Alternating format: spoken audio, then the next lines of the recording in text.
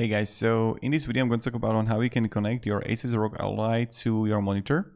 So to do it, one from a big screen, play with friends, all you need is USB-C to HDMI dock, and it can charge the Ally at the same time, like the ROG gaming charger dock or XG mobile external GPU. So this is something that you need, and that way you can, like, this is pretty expensive to be honest.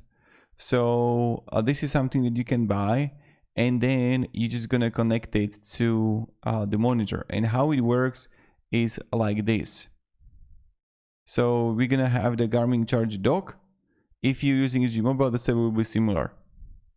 So when you're gonna have it, then like this is like the where you're gonna buy it in the Best Buy, let's say United States. I'll just show you around. This is the ASUS.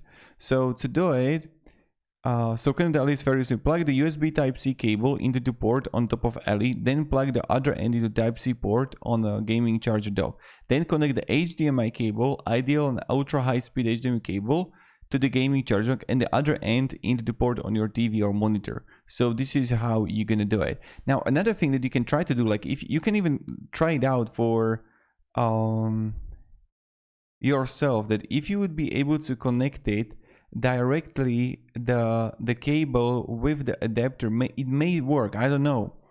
So then what you need to do is that adjust your display, so you can have it like half and half or like a full screen. That's like completely up to you. And then just like connect your controls and disable the built-in gamepad, and this is how it looks. Look at this. Do you see that? So okay, I have the camera there probably. Now you can see it. So you're gonna have the Legion connected to the charger, and then the HDMI connects to your monitor, and that's how it's done. So yeah.